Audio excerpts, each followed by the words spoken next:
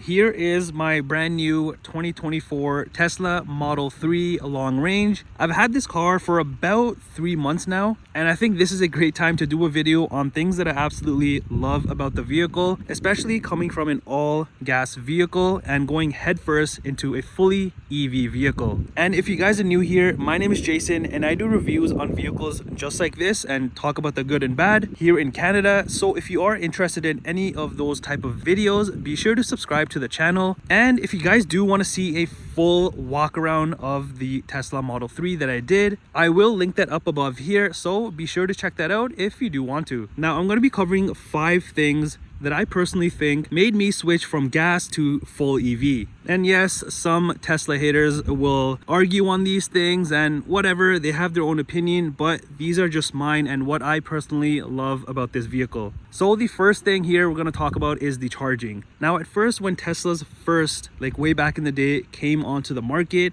I was just like those Tesla haters and was very skeptical about that, especially about the charging, having that EV anxiety range and all of that stuff. And I actually told myself that I'll never buy a full EV vehicle for that reason and not have that headache. However, fast forward a couple of years, and after doing tons and tons of research and talking to a bunch of Tesla owners, it's all not that bad. Because let me tell you, it beats going to the gas station, because as soon as I get home, I just plug this thing in, and by the time I wake up in the morning ready for work, I have a full tank of gas. Essentially, it's just super easy. You plug it in, you forget about it, you set it on the app or through the vehicle, so you have that flexibility as well. And even for long road trips, let's say you're doing like a 4 or 5 hour road trip, yes, you're gonna have to stop and charge at a supercharger. Just like any gas vehicle, you'll have to go in and fill up your gas tank. Now let's say, for the sake of the haters, makes it to your destination for the whole 5 hours and you don't stop. Well, what about taking a break to go to the bathroom, eat some food, stretch your legs? So at a supercharger,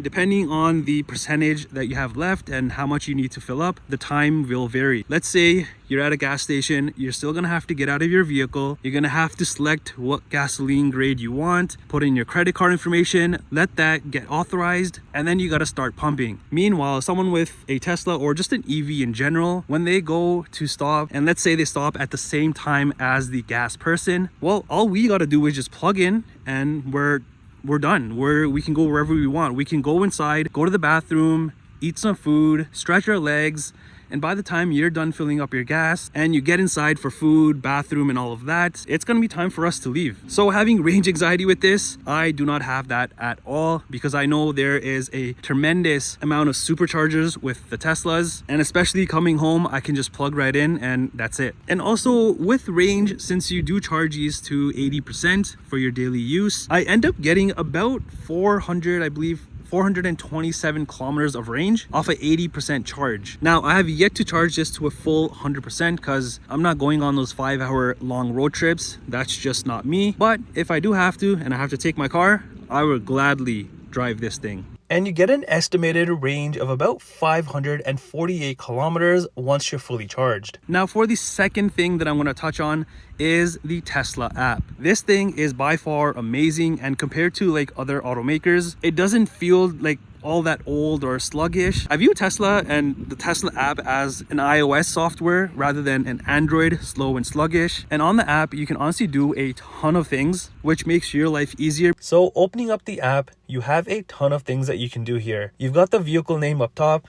Don't judge me. It also shows the percentage you have left. And if you click that, it also shows the kilometers. It also shows if the car is parked, asleep, or driving. Then are these 4 icons, which you can replace. So I have mine here, which are the lock, unlock, the climate control, charge port, and the trunk. If you click and hold either one, you can select from even more things. Now the first thing will be the controls, where you can open the front and trunk, the charge port, and lock and unlock the vehicle. There's also the icons for flashing your lights, the horn, start, which you can give access to other people to, let's say, move your car if you're not in town, and I believe this is for about a minute or two before it turns off. And then is your window vent icon. The top right corner, you can also check your tire pressure. Next is the climate section, and here you can turn on the heated steering wheel, front heated and vented seats, or the rear heated seats. You can also set your daily departure, so the car is either heated or cooled to your temperature. There's also the defrost, camp mode, and the dog mode options. At the bottom is the cabin overheat protection, so let's say your car is sitting outside in the blistering heat. It won't go past a certain temperature, but this will drain your battery, or you can just turn it off. You can also check the car's location. Under schedule, you can set the departure, which preconditions the vehicle and the battery. And you can choose to set the off-peak charging along with the schedule, so you can choose the time that you want to start your charging. Next is the security and drivers. Here you can see the live view for the Sentry mode, and I think this is a huge thing. Not only do you get alerts when you get back in your car, but seeing the live view is pretty cool. I do wish there was a way to save the live camera feed or take some sort of a snapshot or something. Rather than seeing it in the vehicle, it shows up in the app. Then is the Sentry mode recordings if your car alarm does go off. Then is just the valet mode. You can also set the speed limit on this if someone else is driving your car. And my favorite is the pin to drive, which makes this thing impossible to steal. Then you can just add the drivers, phone keys and all. Next is the charge stats, showing your total charge and how much you've spent and saved compared to gas. You can also buy things like the upgrades, like the full self-driving for $99 a month. Then is the service, which you can book your service appointments, and depending on what it is, the tech might just even come out to where your car is. And this is super convenient. And same thing goes for the roadside. You can just do it all through the app. Now, the third thing about why I decided to go with the Tesla is the infotainment system, and pretty much the heart of the car, and also the over-the-air updates. This car is constantly getting over-the-air updates, getting better, adding new features, and a whole bunch more. And it's not like a traditional vehicle where if there's an update or anything that you need to get done, that you have to schedule an appointment, go into the dealership, waste half of your day. This overnight, or even as soon as I get home, if there's an update, I update it and that's it. Next day, I am ready to go and be able to use the new updated features. So let me show you kind of like the updates that have come out since I've got this car. So let's head inside and show you how sick this is. This UI interface did not look like this when I bought the vehicle. This came with an update, and this is honestly so much cleaner and better. And just the whole infotainment system, yes, you don't have like the speed and all that what you do on a typical vehicle in front of you. I prefer this any day. I used to be one of those guys where I was like, I'm not buying this car if there's nothing in front of me, no heads-up display, any of that. But honestly, after you use this for a while, you tend to love this. And all of this is so smooth and responsive. Like, look at this. Like, it's crazy for a car to have a screen like this and responsiveness like this, because a lot of other vehicles out there are very, very laggy. So I can have like a full view here, and I can even split it so I can see a map and my car. I can also open the front, lock the vehicle, open the trunk and the charge port, and pretty much all of your stuff is here. Like, you have all of the things that you can go through and adjust and kind of play around with. But let me show you the software updates that I've gotten since I've got this vehicle. You just press this car icon here, you go into software here, and then you're just gonna go to release notes, and here's everything that I've gotten since I've gotten the vehicle. The biggest update was this whole UI thing.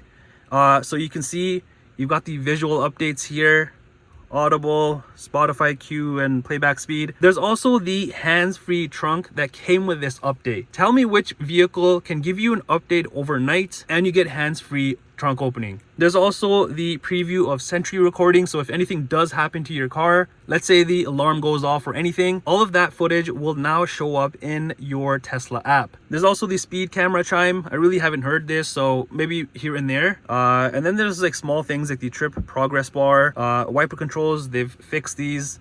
A lot of people were complaining about these before. I've never had an issue with this car, and even after the update. And then you've just got the usual, like the security improvements. So you can see there's a ton of things on here. And as I scroll up, there's even more things like your hot weather improvements. You've got this game here.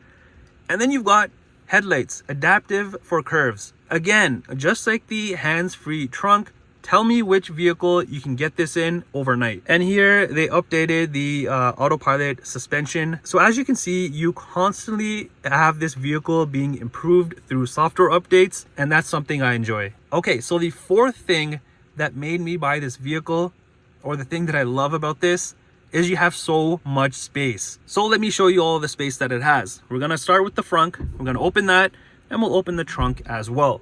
So let's head out and show you the front space in this. Now, I've seen a lot of EVs where they really don't have that much front space or front space at all. And here you actually get a decent amount of storage space in here. Now, it's not a whole lot, but it's much better than its competition. And I just love how they designed all of this. They could have just closed it off and gave you like a dinky little spot, maybe for like a towel or something. But here you can fit quite a few things. Now, if we head over to the trunk,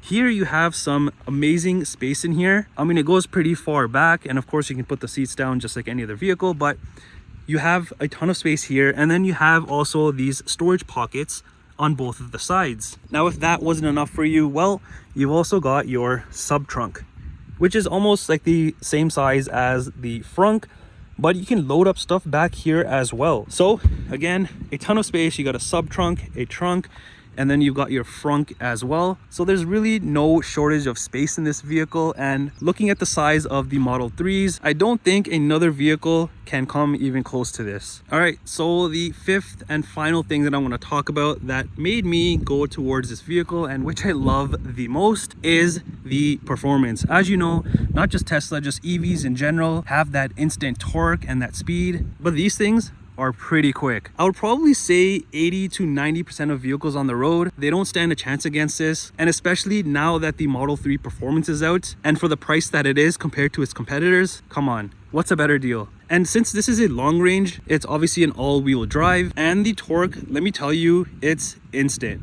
And not even just straight off like at a dead stop, it's instant. Let's say you're going at like highway speeds, 110, 120, whatever, right? And you smash the throttle, it's still gonna pick pretty quickly. There's no like top end slowdown where if you go faster, the car takes a longer time to hit, you know, a higher speed like it was with the previous generation of the Model 3s. These just keep going, and that's a pretty significant thing and a pretty significant change if you're coming from the older version of the Model 3. I think that's going to surprise you a lot.